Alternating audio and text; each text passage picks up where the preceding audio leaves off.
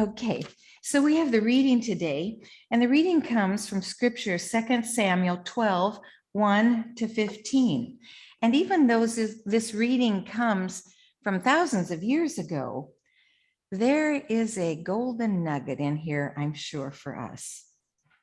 Now, the narrator begins.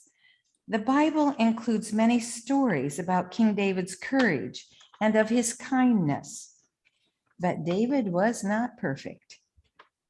David fell in love with a woman named Bathsheba, but she was already married to Uriah. David had Uriah sent into battle on the front lines, so it was sure he would be killed. Then David took Bathsheba for his own wife. As king, David was responsible for protecting the people in his care. He was supposed to rule with fairness and with justice. But what happens when a king does something wrong? Well, God sends a prophet. So first King David speaks. Nathan, my prophet, come, what do you have for me today? Nathan, the prophet, enters.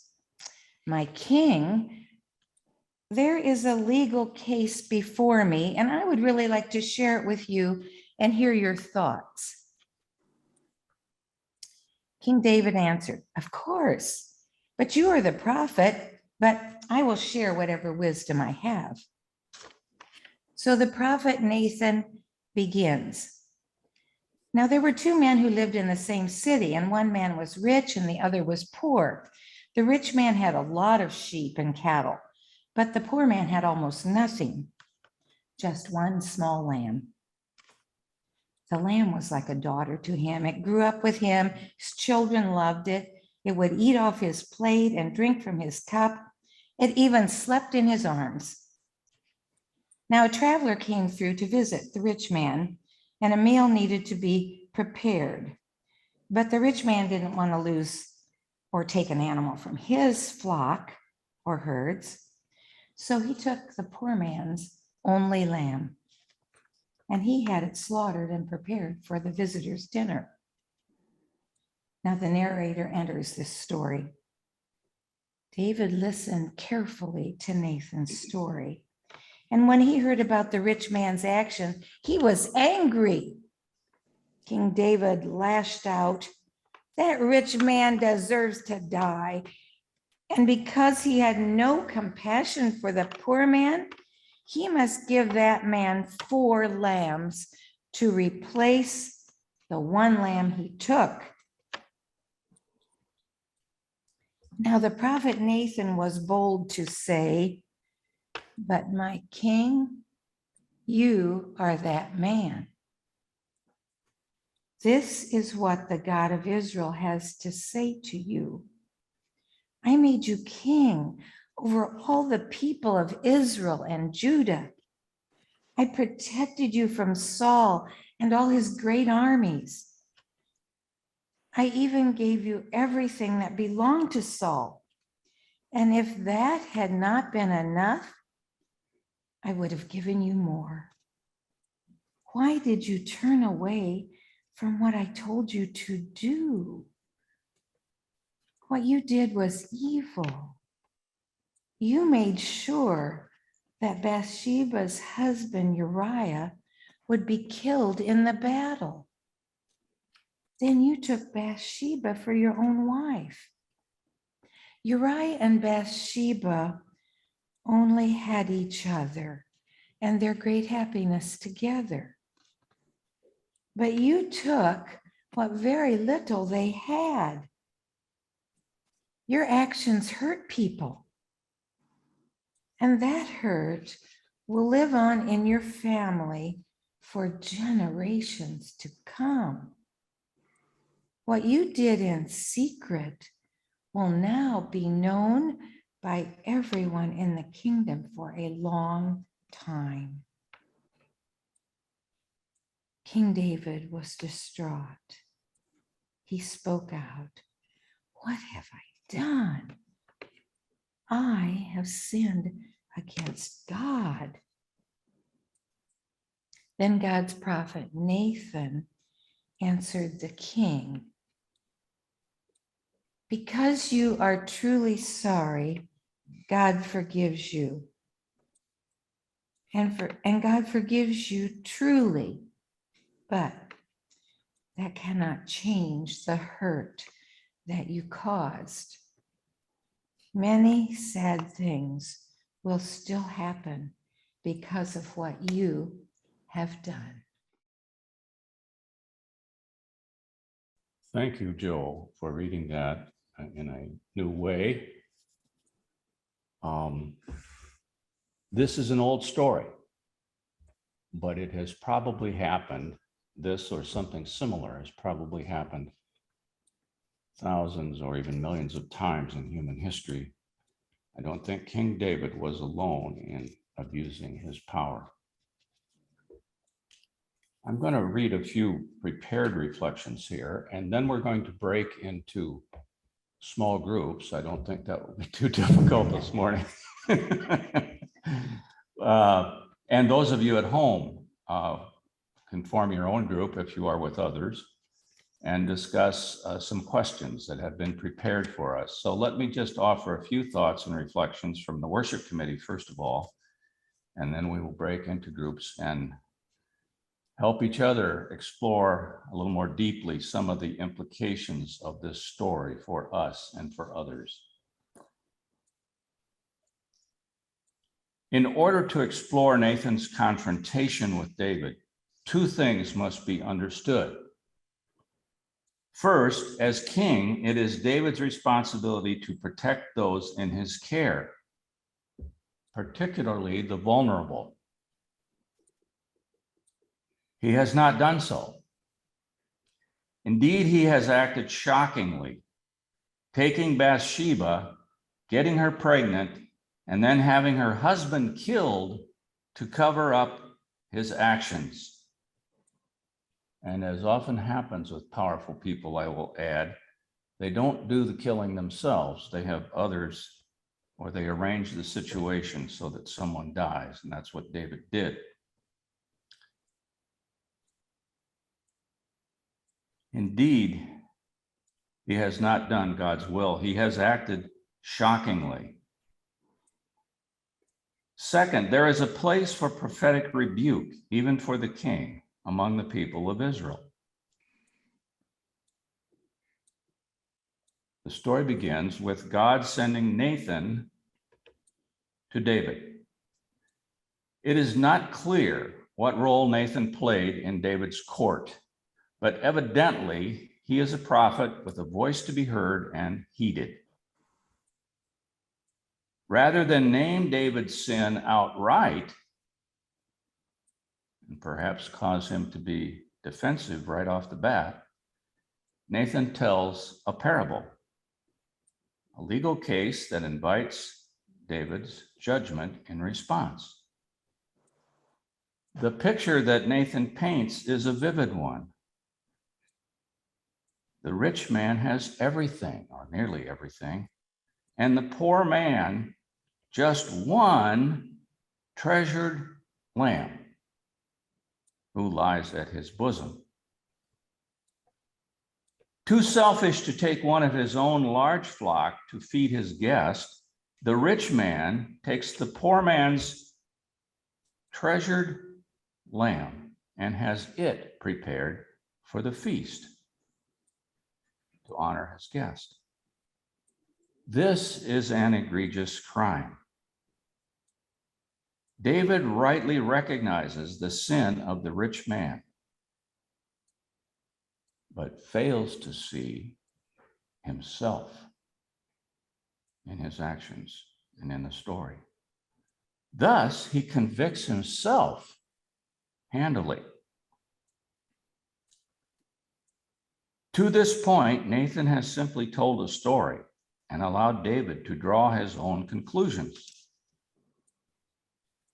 Now Nathan speaks God's word of judgment outright at considerable risk, as is always the case when prophets dare to speak out against a powerful person.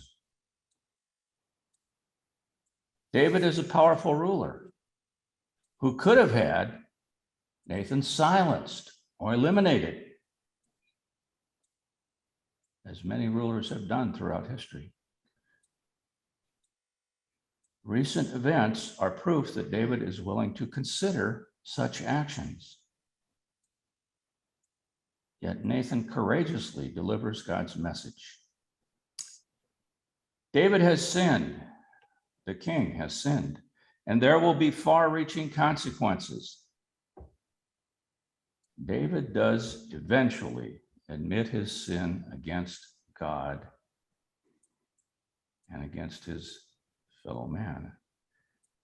Tragically, though, he never names his sin against Bathsheba, against Uriah, her husband, who he has commanded to be put in front of the battle so he would be killed, which happened.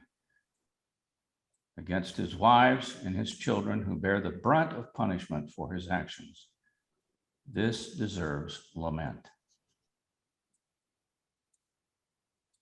David thought himself above the covenant God made with Israel. As wealthy people sometimes, powerful people sometimes consider themselves to be above the law of man as well as the law of God. But he was not. David broke 3 of the 10 commandments: killing, adultery, and coveting, and perhaps false witness as well. These are critical Torah laws. So no matter David's role, power, wealth, and influence, he must be held to account for his actions. Now, in a minute, we're going to break into groups, and John will distribute questions that our groups are to consider. Those of you at home listening remotely probably do not have them. So I'm going to read the questions for you at home. I hope you can hear them at least. Maybe you want to take a pencil and write down at least 1 or 2 of these that you can reflect on and think about. As I look at this list, we could spend days discussing these questions, and we don't have that kind of time. So you might want to focus on 1 or 2 of the questions, but let me read all of them. Who do you identify most with in this story? Do you find it easy to identify with one of the characters or more? Why? And you could ask yourself the flip question: who do you find it hard to identify with, and why?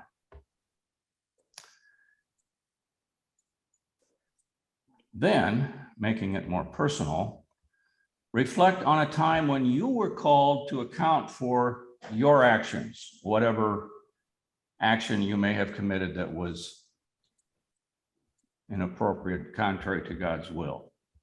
Reflect on that privately, if not publicly. How did you respond?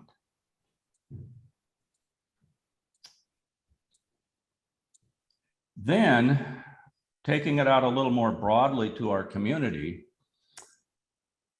how can we and how do we offer support to victims of abuse? Persons who have suffered abuse, perhaps at the hands of more powerful persons. How can and do we offer them our support?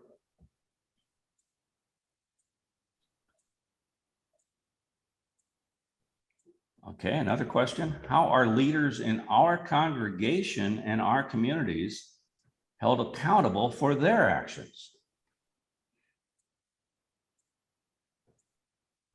Do we have mechanisms in place to deal with missteps by those in our own community? Some groups, like the Amish, have rather radical ways of dealing with transgressions. We may not choose to use those methods anymore, but do we have ways, formal or informal, of dealing with transgressions and holding people accountable for their actions in our church, in our community, in our state, in our nation, in our world? Just throw an aside in here. I was just absolutely appalled this week by the actions of Russia under the direction of someone who in that country is probably as or more powerful than King David was in Israel, Mr. Putin. One day after signing an accord to break the embargo that Russia has put on Ukraine in exporting its grain, its major export to the world. One day after signing an accord that seemingly opened the way for Ukraine to export its grain, get income from that, and not coincidentally for starving people around the world to get that grain that they desperately need. One day after announcing to the world, and after we heard it, that an accord had been reached, and many of us were rejoicing, Mr. Putin chose to attack with powerful missiles the port of Odessa, the main port through which most of that grain is exported in normal times through the Black Sea and Bosporus to the world.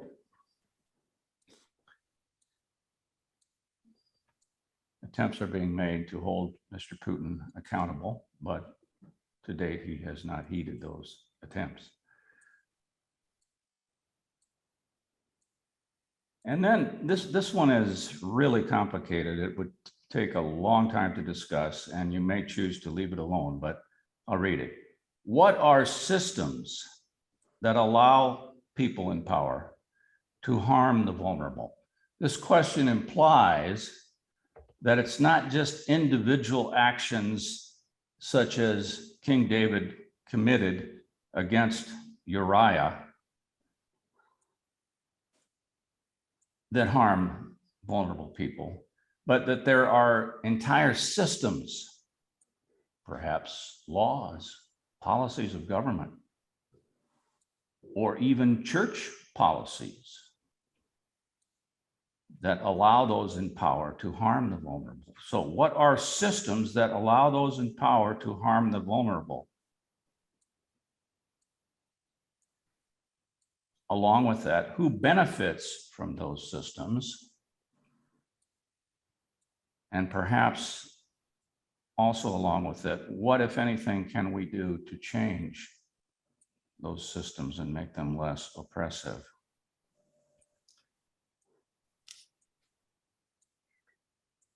So at this point, let's break into groups. My instructions say pairs, but I don't think there's anything magic about the number 2. Break into groups of 2 to 4 people. John will distribute the questions to those who are here, and I hope those listening remotely have heard them well enough that you can have your own discussion. You might want to appoint one person in the group to serve as chair of your group, and perhaps another person as a secretary to write down some of your responses. I don't think you're going to have time to answer all of these questions, but choose 1 or 2, and then we will resume, and there will be a time, an opportunity to share our wisdom with each other. So thanks to the worship committee for preparing these questions, and let's now break into groups. And I apologize that those of you at home probably will not be able to hear our discussion here, but you can have your own discussion among yourselves. Thank you.